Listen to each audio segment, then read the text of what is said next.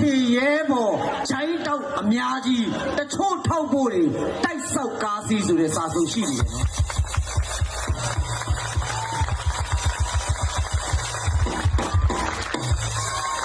စိတ်ရှိ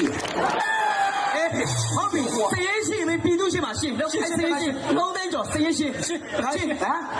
စိတ်ရှိဟဲ့ဘယ်တွန်းလိုက်လဲပြောပြီးကြတဲ့ခေါက်က3သိန်းကျော်ခုပတ်သက်မပါဘူးနော်3သိန်းကျော်ဟုတ်ပြန်နော်ဒီဘာလို့လဲပြောနေ့ရက်စားတဲ့ပွဲရမှာငါကိုယ်တိုင်တော်တဲ့ဆင်းသွားတာမင်းတို့သိတယ်ဟုတ်တယ်နေ့အေးဘာဖြစ်လဲကျွန်တော်မဲဆောက်ပွဲမလာခင်တပတ်လောက်ကဟုတ်တယ်မဲဆောက်ကနေကျွန်တော်ကတက်မှ6တဲကိုသွားတာဆိုတော့အဲ့မဲဆောက်ကနေပြီးတော့ကျွန်တော်ဟိုပကန်းကူးတဲ့အချိန်မှာဟိုကြောက်ခတ်ကိုရောက်တယ်လေမဲဆောက်ကနေပြီးတော့အဲ့ဒီကြောက်ခတ်ကိုသွားဖို့အတွက်ကျွန်တော်ကားငားတာ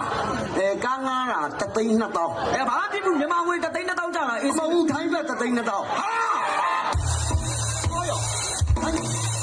ကားတစ်စီးအောင်မဲဆောက်မှာ4,000 5,000ပဲရှိတယ်။ဒီဘာညာလေဒီမှာထောက်ဖို့ငွေတွေနဲ့အန်ဒီများတယ်လေကွာမင်းကလေလုံခြုံရေးရသွားအောင်သွားမှာပဲမင်းကပြောတယ်။ဒါကြောင့်3,200ကားငားတာက3,200အေးရပိုင်းထားလုံခြုံရေးရတော့ထား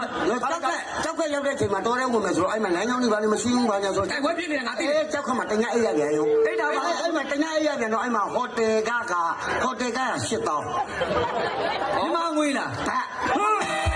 အမေရတော့ဟုတ်ဒါတော့တက်တဲ့အိပ်ပါလားလို့ဩဒါတော့မှမင်းငါတရေကြောက်လို့ကောင်မလေးခေါ်ကြတာပါသေးဘူး